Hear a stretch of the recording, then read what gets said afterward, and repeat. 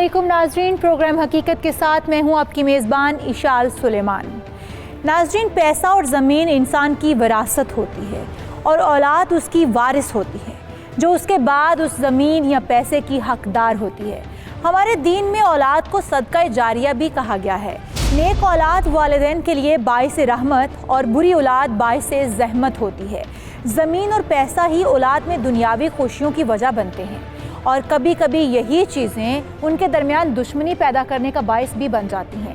इंसान के अगर अमाल अच्छे हों तो औलाद भी अच्छी ही निकलती है और जायदाद के मामले में भी सुलह का रास्ता अपनाती है। और अगर इंसान के अपने अमाल ही मशकूक हों, बुरे हों, तो औलाद भी फिर उसी छोड़े हुए वर्से में से आपस में भी एक दूसरे की जान की दुश्मन बन जाती है। और अगर वालिदैन ज़िंदा हों तो उनकी ज़िंदगी की दुश्मन भी बन सकती है। इस तरह मोहब्बत भी एक अजीब जज्बा है। मोहब्बत खालिस हो तो पूरी दुनिया को अच्छी नज़र से देखती है और तमाम लोगों के लिए मददगार साबित होती है। लेकिन अगर उसी मोहब्बत में जुनून और ज़िद आए तो फिर ये किसी की जान भी ले सकती है।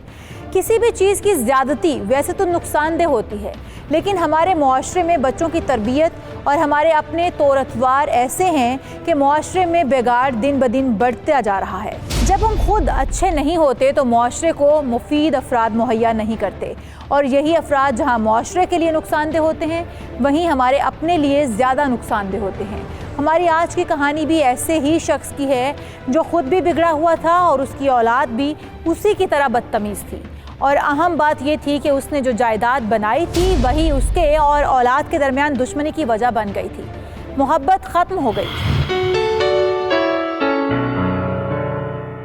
कहीं जा रहे हैं आप? हाँ, कहो कोई काम है? मैंने तुम्हें कितनी मर्तबा कहा है कि मुझे जाते हुए मत पूछा करो।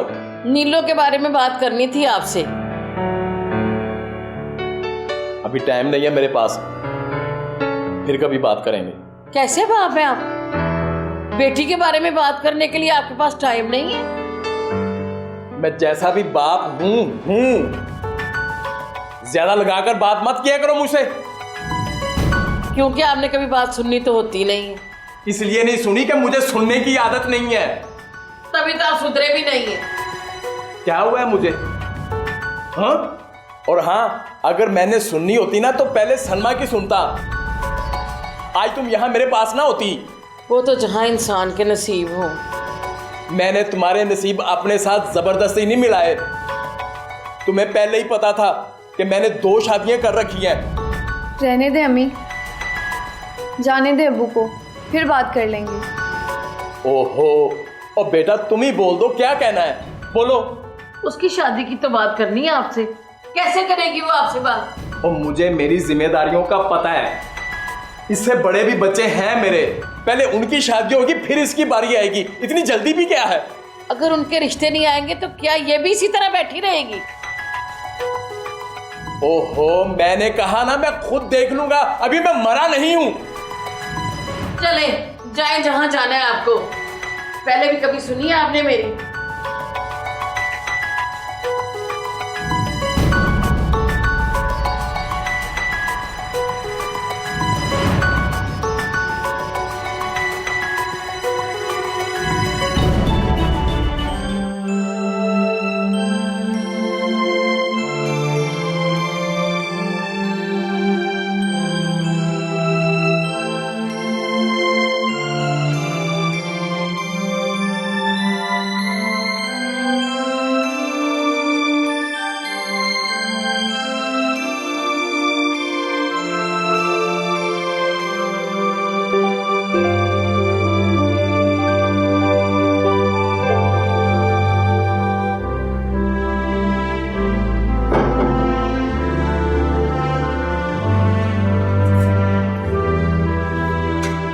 अभी मेरे लिए भी दुआ करें, मैं अपना कारोबार करना चाहता हूँ। अल्लाह तुम्हें कामयाब करे मेरे बेटे। लेकिन इस मामले में तुमने अपने बाप से भी बात की? अगर मैं उनकी पहली और आखिरी औलाद होता तो शायद मेरी बात भी सुनते। पता नहीं वो किन हवाओं में है। चलो मैं करूँगी बात, तुम फिक्र ना करो। अच्छा अम्मी, मुझे एक बात की समझ नहीं आई कि आपने अब्बू को मजीद शादियाँ करने की इजाज़त कैसे दे दी? देखो बेटा, वो कंट्रोल में थे ही कब, मैं उनको कैसे रोक सकती थी? इससे पहले कि वो मुझे छोड़कर दूसरा घर बसा लेते, मुझे हाँ करनी ही थी, ताकि मेरा घर और मेरे बच्चों के सर पे उनके बाप का साया सलामत है। चले, एक शादी आपसे हो गई, एक और कर लेते। इतनी शादियां करने की क्या जरूरत थी? और अब औलाद भी हर घर में है। कोई बात नहीं बेटा, जो हो चुका उसको तो हम तब्दील कर नहीं सकते। अब तो आने वाले वक्त को ही देख के सोचना है ना। वैसे भी तुम 4 ही तो बहन भाई हो, हर घर में एक एक बच्चा है। बात वो नहीं है अम्मी, जितना बाप ने कमाया उतने खर्चे भी निकाल लिए हैं। इससे बेहतर था कि थोड़े पर ही इक्तफा कर लेते, उनकी जिंदगी बेहतर कर देते। तुम फिक्र ना करो, तुम्हारा हक मैं तुम्हें दिलवाऊंगी। आज करती हूँ बात कि वो तुम्हें कोई कारोबार करवा दे। अच्छा माँ जी, मैंने एक दोस्त को मिलना है, मैं थोड़ी देर में आ जाऊंगा। देखो बेटा, कोशिश किया करो कि दोस्तों को दिन के वक्त ही मिल जाया करो। अच्छे बच्चों का रात को लेट तक घर से बाहर रहना ठीक नहीं है। ओफो अम्मी, आप टेंशन न ले, मैं अभी आता हूँ। अल्लाह हाफिज। खैर से जाओ।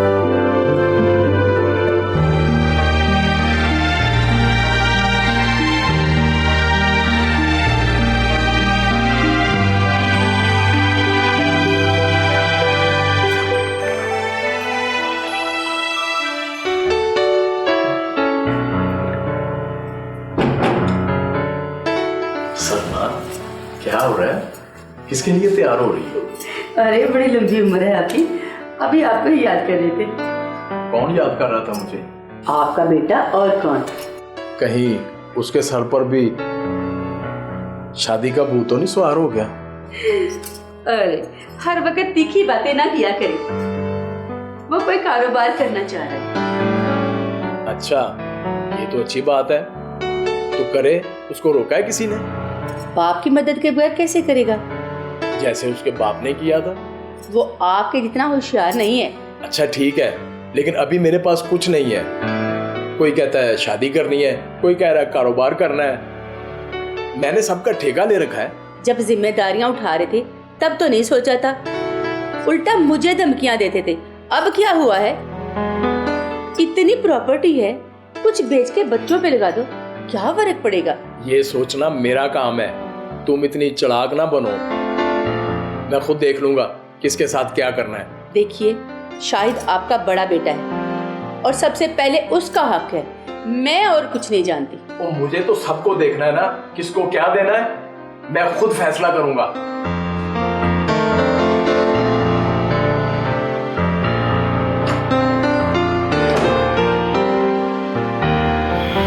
नाजरीन, अनवर ने 4 शादियां कर रखी थीं और उसकी चारों बीवियों में से एक एक औलाद थी। इस तरह उसकी जायदाद पर, पैसे पर सबका बराबर का हक था। लेकिन क्योंकि अनवर खुद कोई जिम्मेदार बंदा नहीं था, इसलिए वो औलाद को उनका हक देने में भी हीलो हुज्जत से काम ले रहा था। लेकिन बाप होने के नाते उसका ये रवैया ठीक नहीं था। अगर उसका बेटा कारोबार करने के लिए पैसे मांग रहा था तो उसका हक था। उसी तरह सादिया अगर अपनी बेटी की शादी के लिए बात करना चाहती थी तो वो भी अपनी जगह पर ठीक थी। लेकिन इस मामले में भी अनवर अपनी मनमर्जी करना चाहता था। क्या इस तरह से उसकी औलाद का उससे बागी होने का खतरा नहीं था? और अगर वो अपने बाप के खिलाफ सोचने लग गए तो उसका नुकसान कितना बड़ा हो सकता था?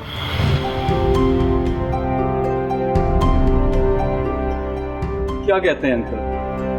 अब्बू इस मामले में बात करने को राजी ही नहीं। मतलब? अम्मी ने बात करने की कोशिश की थी, लेकिन वो कुछ सुनने को तैयार ही नहीं। क्या कहते हैं?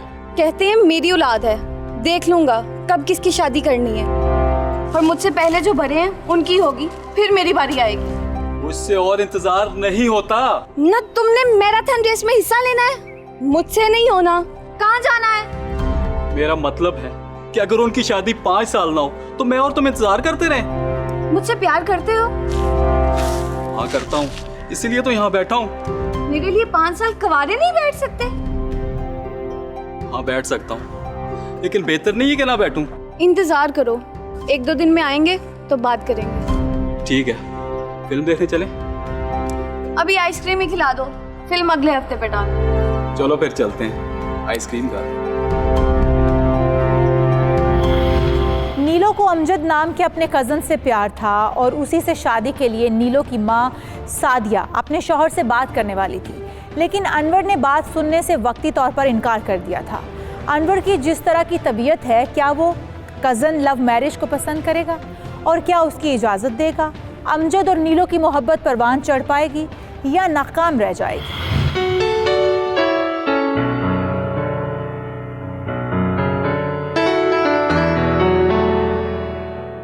अब्बू किधर है? खैर तो है। खैर है, उनसे बात करनी है। हमसे तो बात कर नहीं रहे। तुम जाके देख लो अपने कमरे में ही। भाईजान मसला क्या है? मसला कोई नहीं है, बस उससे अपने हक की बात करनी है। क्या शोर मचा हुआ है? अपने बेटे की सुने, कुछ कह रहे हैं, हम तो कोई बात नहीं कर रहे। हाँ शाहिद बेटा, बोलो क्या मसला है?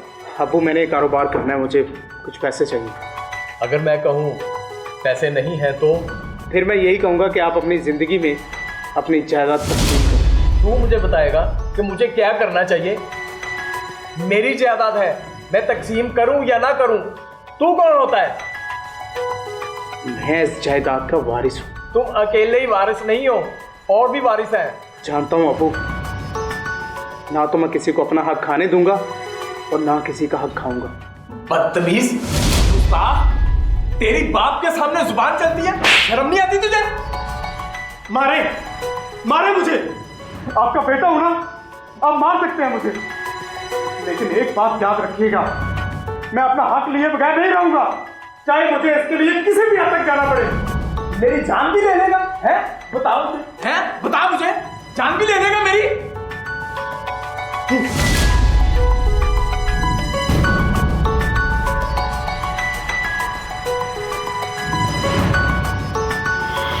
नाज़रीन, बात से बात निकलते हुए बाप और बेटे को आमने सामने ले आई थी। शाहिद जिस हक की बात कर रहा था, अनवर उसको अब भी देने को तैयार नहीं था। लेकिन न जाने क्यों शाहिद के दिल में ये बात थी कि अगर बाप पैसे नहीं देता तो वो जायदाद में से हिस्सा दे ताकि वो अपना हिस्सा लेकर अपना कारोबार कर सके। लेकिन अनवर एक खुद गर्ज आदमी था, वो अभी औलाद को कुछ भी देने को तैयार नहीं था। लेकिन जवान बेटा जब आंखों में आंखें डालकर बात करने लग जाए तो उस वक्त से इंसान को डरना चाहिए। शाहिद अनवर को छुपे लफ्ज़ों में आखिरी हद तक जाने की धमकी भी दे चुका था। उस धमकी का मतलब क्या था? क्या वो आने वाले वक्त में अपने बाप की जान लेने की बात कर रहा था, या अनवर शाहिद को अपने लिए ख़तरा समझकर अपने रास्ते से हटा देगा? इस हकीकत से उठेगा पर्दा, मगर एक शॉर्ट ब्रेक के बाद हमारे साथ रहिएगा।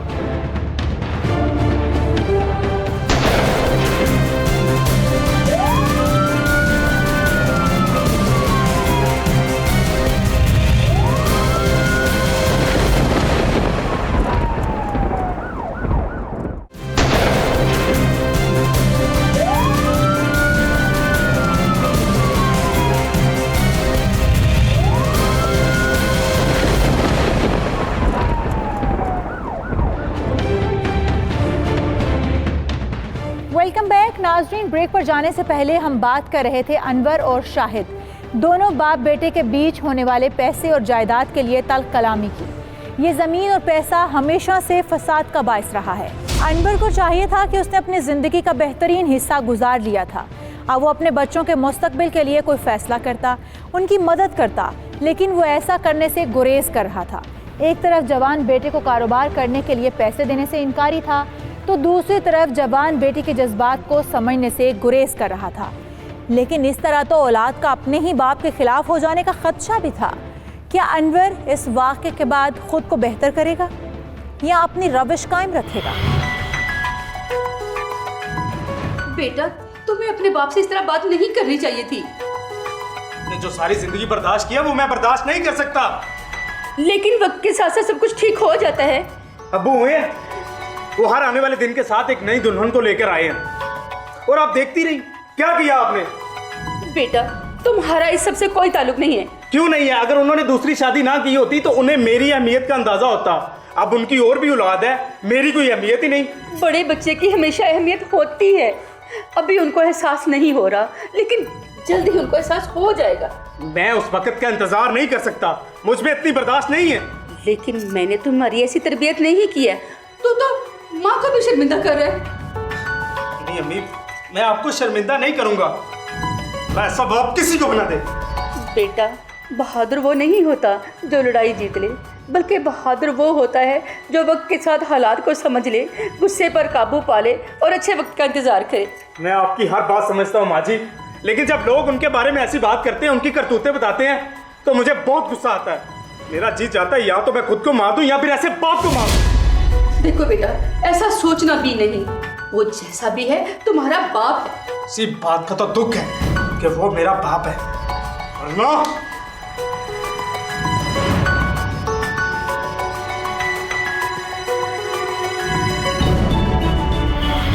नाज़रीन, सलमा तो एक अच्छी बीवी होने का सबूत दे रही थी और अनवर की तमाम तर बुराइयों के बावजूद अपने बेटे को अच्छी माँ की तरह ही तरबियत दे रही थी। लेकिन शाहिद अपने बाप से बुरी तरह मुतनफ़िर हो चुका था। उसको इस बात की शर्मिंदगी महसूस होने लगी थी कि वो अनवर का बेटा है, लेकिन उसकी माँ उसको इस बात का एहसास दिला रही थी कि बाप जैसा भी हो लेकिन होता तो बाप ही है, इसलिए उसके खिलाफ ना सोचे। क्या शाहिद की समझ में अपनी माँ की बात आ रही थी या वो कुछ और ही सोच रहा था? अगर आपके पास वक्त है तो एक बात करो। बोलो, क्या बात है? वो मैं नीलो की शादी के मुतालिक बात करना चाहती हूँ।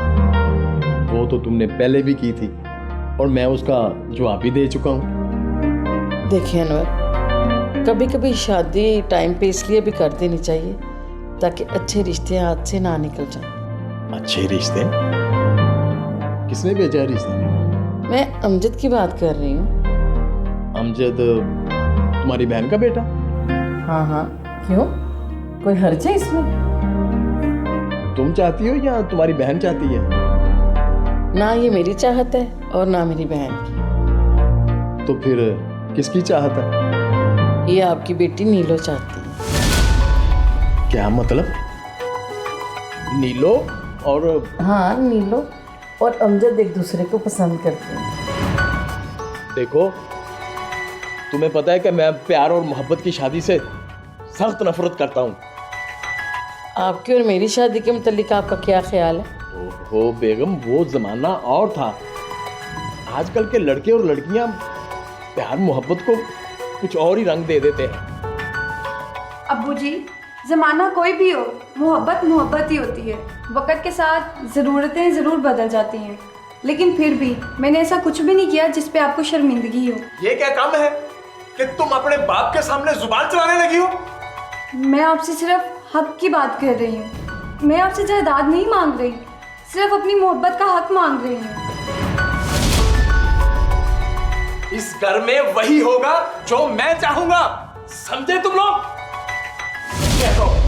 अनवर, मेरी बात तो सुने।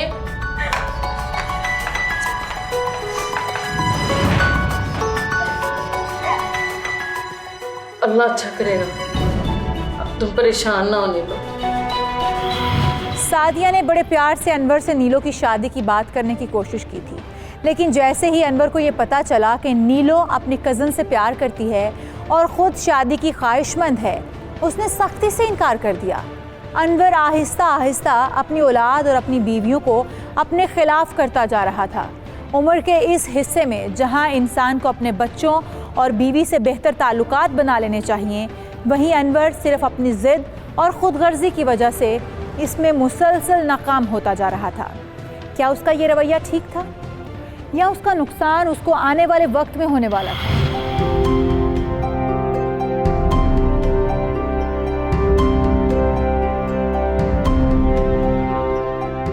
ये अंकल अपने आप को समझते क्या है? अगर ये बात समझ आ जाए तो मसला ही खत्म है। तुम आप क्या कहती हो? अपने बाप की मर्जी से चलोगी? हरगिज नहीं, सिर्फ कुछ दिन इंतजार करूंगी कि मान जाएं। अगर वो ना माने तो? मैं अपनी मोहब्बत कभी हारूंगी नहीं अमजद, मैं भी उनकी बेटी हूँ। अगर उन्होंने जिद पकड़ ली तो? मैं भी उन्हीं की बेटी हूँ और जिद्दी हूँ, मानना तो पड़ेगा। मैं तो कहता हूँ तुम आंटी से बात करो, वो उन पर प्रेशर डालें। अगर बीवी एक हो तो प्रेशर भी डाल सकती है। जहाँ 4 बीवियाँ हो वहाँ शौहर किसी का भी प्रेशर नहीं लेता। तुम तो खुद ही अपनी बात की नफी कर रही हो। मैं अपनी बात की नफी नहीं कर रही, मैं सिर्फ अपनी माँ की पोजीशन बता रही हूँ। हल क्या है? कुछ ना कुछ तो निकालूंगी, इंतजार करो।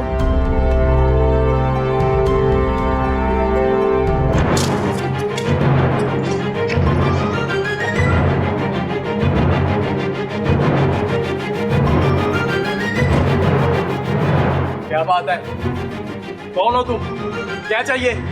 तुम्हारी मौत। चलो।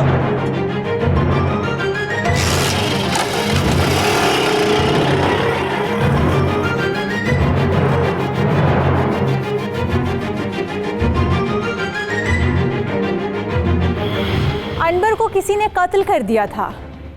हर घर में सफ़े मातम बिछ गई थी। सलमा, सादिया, नौरीन, अफशा सब रो रही थी और सारे बच्चे भी रो रहे थे। अनवर को किसी ने क्यों मारा था? क्या कोई तनाज़ा था किसी प्रॉपर्टी का या पैसे का या कुछ और था? अनवर की अपनी औलाद भी उसके हक़ में ना थी, लेकिन औलाद कितनी भी बदतमीज़ हो जाए बाप को कत्ल करने का कैसे सोच सकती थी? ये मामला कुछ और ही था, लेकिन अभी इससे कोई भी नतीजा नहीं निकाला जा सकता था।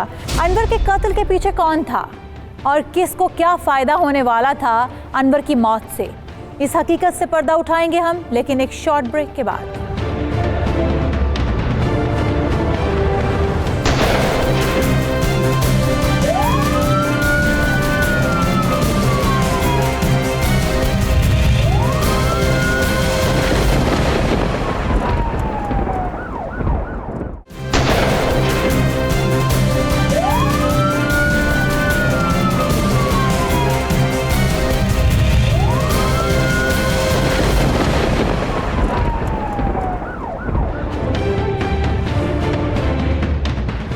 प्रोग्राम में एक बार फिर से खुशामदीद। नाज़रीन, ब्रेक पे जाने से पहले हमने देखा कि दो नकाबपोशों ने अचानक सामने आकर अनवर को कत्ल कर दिया था।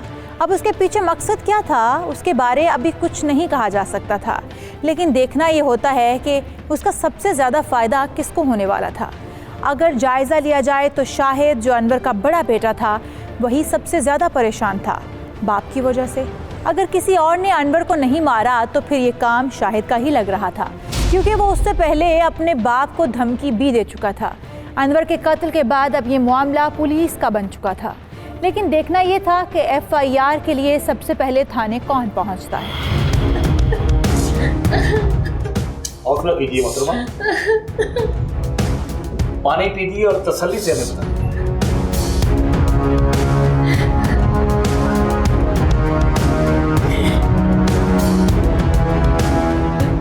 मेरे शौहर को उनके बेटे ने मारा है। क्या क्या कहा आपने? मेरे शौहर को उनके बेटे ने कत्ल किया। उसका बेटा? आपका कुछ नहीं लगता? नहीं, वो उनकी पहली बीवी से बेटा है। यानी आपके शौहर ने 2 शादियां की और पहली बीवी के बेटे ने उसको मार दिया? नहीं सर, मेरे शौहर ने 2 नहीं 4 शादियां की हुई थी। बाकी बीवियां भी हैं? जी, सब है और सबके बच्चे भी हैं। उनके 2 बेटे और हैं। तो फिर आप बड़े बेटे पर ही इल्जाम क्यों लगा रही हैं? क्योंकि मेरे सामने उसने अपने बाप से बहुत ज्यादा लड़ाई की थी और उन्हें धमकी भी दी थी।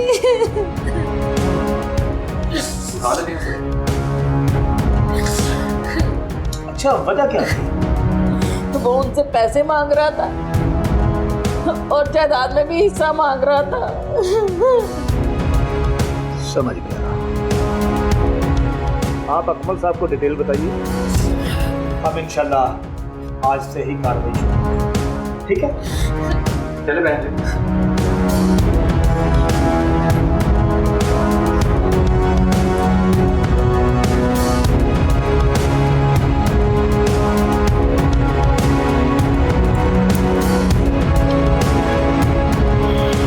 सादिया ने शाहिद के खिलाफ बाप के कत्ल का मुकदमा दर्ज करवा दिया था, लेकिन सादिया इतने यकीन से कैसे कह सकती थी, क्योंकि झगड़ा तो किसी के दरमियान भी हो जाता है। इसका मतलब ये थोड़ी है कि बेटा बाप को कत्ल ही कर दे। लेकिन शाहिद और उसकी माँ थाने नहीं पहुँचे थे, इसलिए भी ये बात थोड़ी बहुत ठीक ही लग रही थी। बाप के मरने के बाद शाहिद कहाँ था? अभी तक उसके बारे में कुछ पता नहीं था। क्या सादिया का किया हुआ शक ठीक था?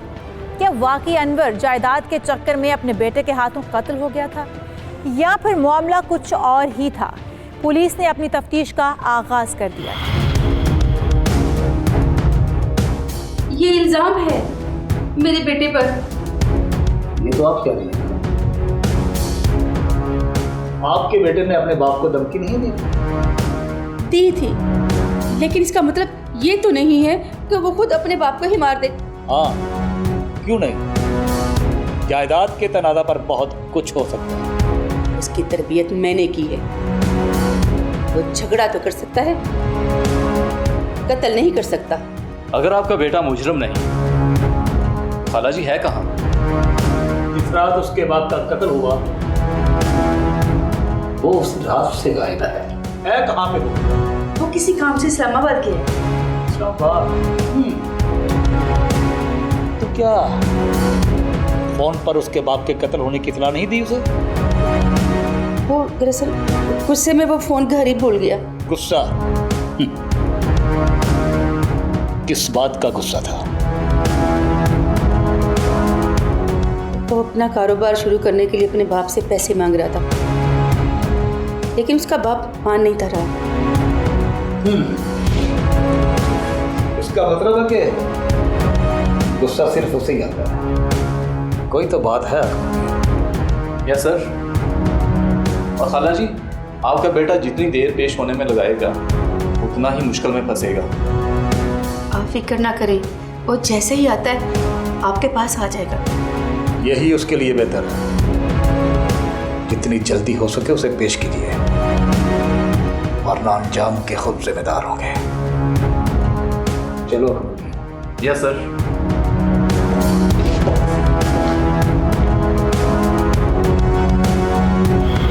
सलमा की परेशानी से कोई भी नतीजा अखज़ करना कबल इस वक्त था। वो बेटे को बचाना चाह रही थी या वो वाकई अपने बेटे के बारे में नहीं जानती थी कि उसने बाप को कत्ल किया है, लेकिन वाक़यात उसी तरफ ही इशारा कर रहे थे कि शाहिद ने ही किसी बंदे के साथ मिलकर अपने बाप को कत्ल किया था। असल हकीकत तो शाहिद के पेश होने या उसकी गिरफ्तारी के बाद ही खुलने वाली थी। पुलिस भी इस केस को हल करने के लिए शाहिद की मुंतज़िर थी। मोहतरमा, आप फिक्र नहीं करें, कातिल हमारी नजर में जैसे ही आता है केस क्लियर हो। कब आएगा मेरे बाप का कातिल? वो तुम्हारा भाई भी तो है। भाई है मगर सौतेला, पैसे और जायदाद का लालची। उसने मेरे सामने मेरे अब्बू को धमकी दी। ये मेरी बेटी है, इसे इसलिए साथ लाई हूं ताकि आपको गवाही मिल जाए कि मैं झूठ नहीं बोल रही थी। आप फिक्र नहीं करें मोहतरमा, हमें आप पर पूरा यकीन था तो हमने रिपोर्ट कर दी। पोस्टमार्टम रिपोर्ट और शाहिद के आने तक हम कुछ नहीं कर सकते। मैं सिर्फ इतना चाहती हूँ कि मेरे बाप का कातिल बचना नहीं चाहिए। देखिए, आप सिर्फ शाहिद का नाम ही क्यों लेते हैं? बाकी औलाद भी तो है, किसी और का भी कोई इशू हो सकता है, आपका भी हो सकता है। क्या मतलब है आपका? आपको कोई रास्ता नहीं मिला तो आपने हमें मुजरिम बना दिया। नहीं मोहतरमा, मुजरिम पुलिस का काम शक से ही शुरू होता है और तफ्तीश तो सबसे करनी है। चले करें तफ्तीश, हम हाजिर हैं। अभी नहीं, जब तक पोस्टमार्टम रिपोर्ट नहीं आ जाती तब तक कुछ नहीं। चलें, जैसी पोस्टमार्टम रिपोर्ट आ जाए ना, आप हमें भी आगाह कर दीजिए, हम आ जाएंगे। जी जरूर, अभी आप जा सकते हैं, हम आपको जल्द आगाह करेंगे। ये कैसा कानून है जो रिपोर्ट करवाए वही मुजरिम बन जाए? बहन जी, आप फिक्र क्यों करती हैं? आप परेशान ना हो, जब आपने कुछ किया ही नहीं।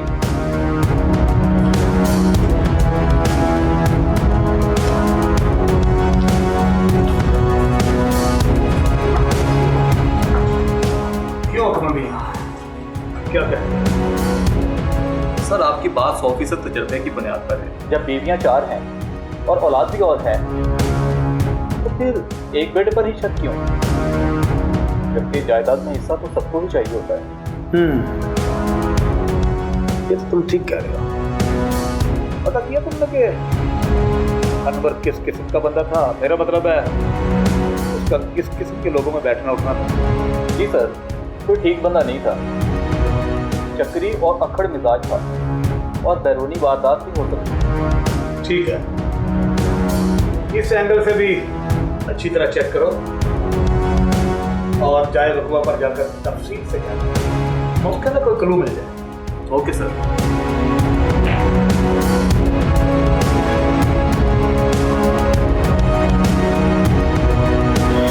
पुलिस ने तफ्तीश में दूसरे एंगल को भी शामिल कर लिया था। पहला तो ये कि दूसरी औलाद भी शाहिद के अलावा इसमें शामिल हो सकती है, और दूसरा ये कि अनवर की घर से बाहर की ज़िंदगी पर भी तवज्जो दी जाए तो हो सकता है किसी बाहर के बंदे का हाथ हो।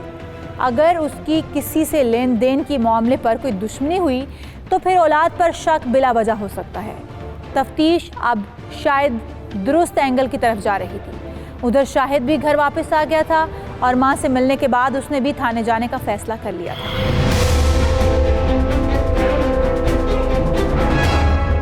क्यों भाई, क्या कहते हो?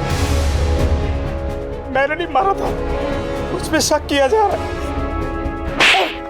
बिना वजह शक? तुम्हारा झगड़ा नहीं होता अपने बाप के साथ? हुआ था। तो फिर इनकार किस बात का? आपसे झगड़े होने का मतलब ये तो नहीं है कि बेटा बाप को कत्ल ही करते। हमें बेवकूफ बनाने की कोशिश मत करो। दुनिया में ऐसे हजारों केस मौजूद हैं जिसमें औलाद ने अपने बाप को कत्ल कर दिया, समझो? मैं गुस्सा करता हूँ, लेकिन इतना भी नहीं कि अपने होश खो दूं। जायदाद आज नहीं तो कल मुझे मिल ही जानी थी। ये वक्ती सुरूरी याद के लिए था। लेकिन तुम वाहिद औलाद हो जिसका तनाजा अपने बाप के साथ चल रहा था और तुम्हारा झगड़ा भी हुआ था। बहुत, मैं वहां तो नहीं था। सादिया अम्मी की नीलो पी का तो मसला था। क्या? नीलो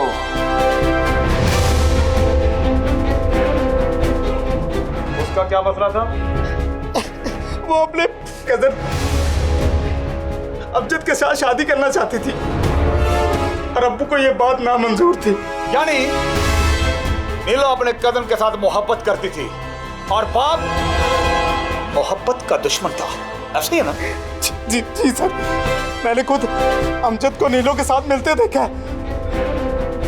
लेकिन सर ये कोई मजबूत वजह नहीं है। ठीक कह रहे हो, लेकिन कोशिश तो की जा सकती है ना। आओ मेरे साथ, बताता हूँ कि अब करना है। Okay sir.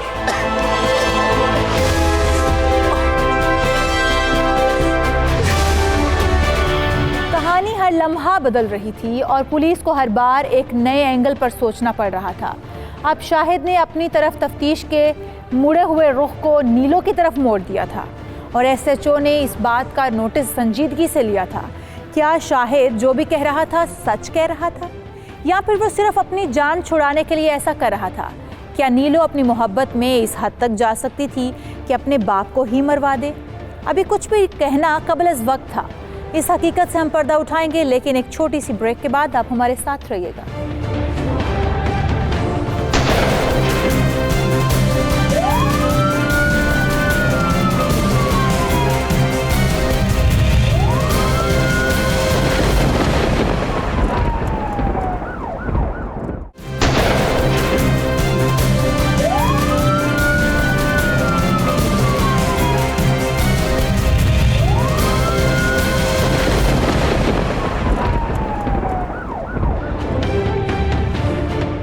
एक बार फिर से खुशामदीद।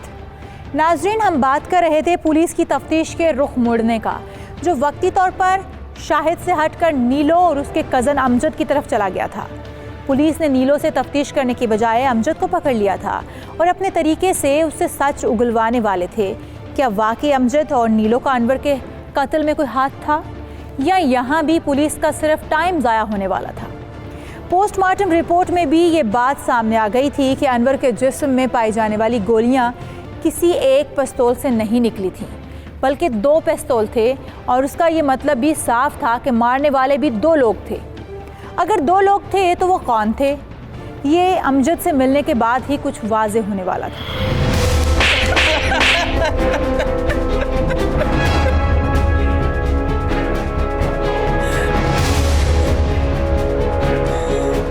क्यों भाई, तुम नीलो का कजन हो? जी, मगर हुआ क्या है? ये बताओ कि तुमने अपने होने वाले ससुर को कत्ल क्यों किया है? मैंने कत्ल किया? और हमें शौक है तुम्हें इस तरह थाने बुलाकर पूछने का। ये सब आपको किसने कहा है? देखो, पुलिस की मौत तो मौत बर्दाश्त नहीं कर सकता, वो तो फिर और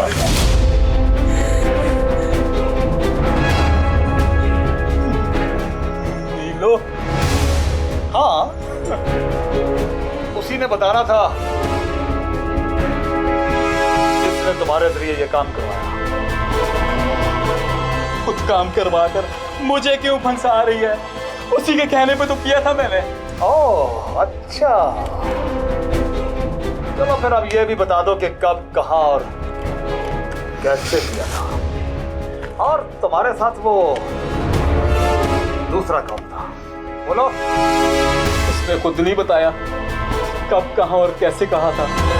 वो औरत है, इसलिए हमने ज्यादा सवाल नहीं पूछे। तुमने उसे मारा है, इसलिए पूछेंगे भी तुमसे।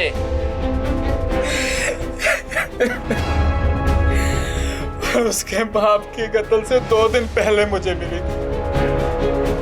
उसके बाद मैंने ऐसे दोस्त से मदद हासिल की जिससे मुझे असला मिल सकता था।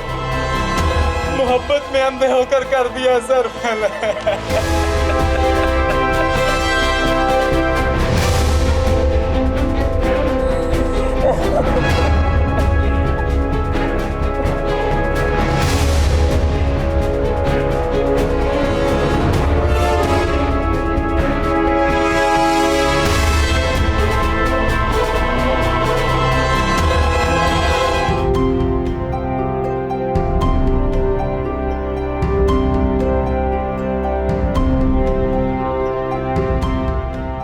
समझ नहीं आ रहा क्या करूं।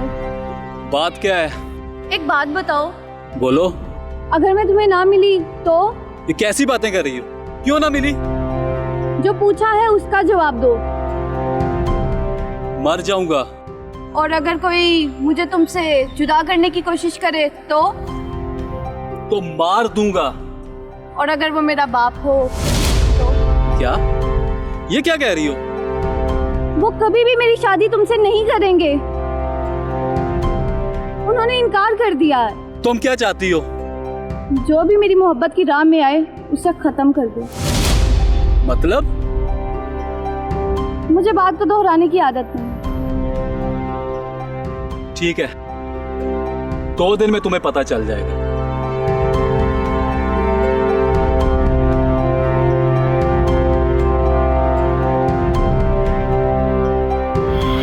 अमजद के खिलाफ पुलिस ने जो कार्ड खेला था वो काम आ गया था। अमजद ने पुलिस के सामने एतराफ़ जुर्म कर लिया था, लेकिन कोई इंसान सोच भी नहीं सकता था कि एक बेटी अपनी मोहब्बत की खातिर इस कदर गिर सकती है कि अपने बाप को अपने आशिक से कत्ल करवा दे, सिर्फ उसको पाने के लिए। लेकिन नीलो ने ऐसा किया था और उसके चेहरे पर कोई भी मलाल नहीं था। उल्टा वो अपने जुर्म में अपने भाई को फंसाकर जायदाद में हिस्सों के मामले को भी आसान कर रही थी। यानी वो सिर्फ मोहब्बत ही नहीं करती थी, बल्कि एक शातिर लड़की थी, या फिर उसके पीछे उसकी माँ का दिमाग काम कर रहा था। देख अमजद, मैं तेरी दोस्ती के लिए ये कर रहा हूँ। बंदा आएगा तो यहीं से ना। हाँ, पक्की बात है। इसी गली से गुजर के जाता है बुड्ढा। तू फिक्र ना कर, तेरे दोस्त का निशाना कभी खता नहीं होता। मैंने तुम्हें पिस्तौल लाने को कहा था। मैं अपने हाथों से उसका काम सर अंजाम देना चाहता हूँ। ये लो, लोड है। तैयार हो? तैयार हो। वो आ रहा है। तना कर। ध्यान रहे, निशाना चूकने ना पाए।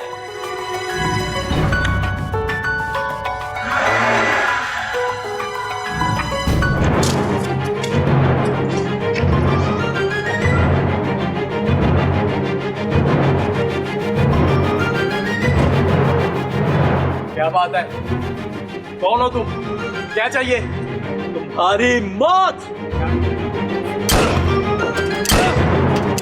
चलो।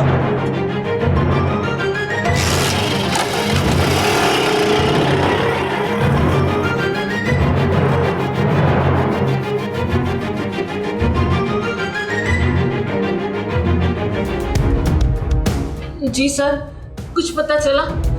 जी पता चल गया। कौन है वो? शाहिद ने ही कत्ल किया है ना? नहीं मैडम, मुजरम बहुत चालाक था। उसने अपना जुर्म किसी दूसरे पर डालने के लिए शाहिद का इस्तेमाल किया है। कौन था वो? आपकी बेटी बता सकती है, ये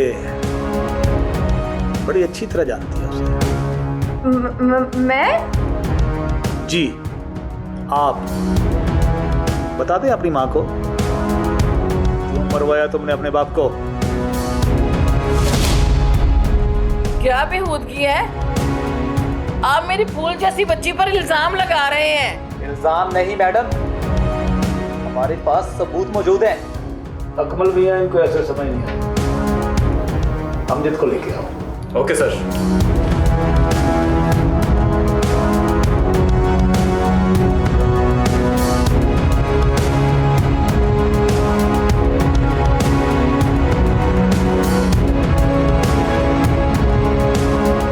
तुमने अपने बाप को सिर्फ इसलिए मरवा दिया कि वो तुम्हारी शादी अमजद से करवाने के हक में नहीं थे? जी, इसने खुद अपने आशिक से कहकर अपने बाप को मरवा दिया ताकि ये दोनों एक हो सके और इल्जाम शाहिद पर डाल दिया जाए,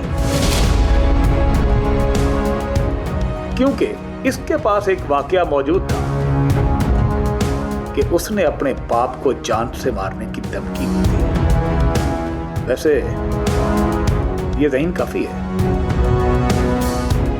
शर्म आ रही है मुझे तुम्हें अपनी बेटी कहते हुए। तुम खुद ही क्यों ना मर गई? तुमने इन्हें सब बता दिया? इतना ही प्यार करते थे तुम मुझसे? इन्होंने मुझे कहा कि तुमने बता दिया। हाँ?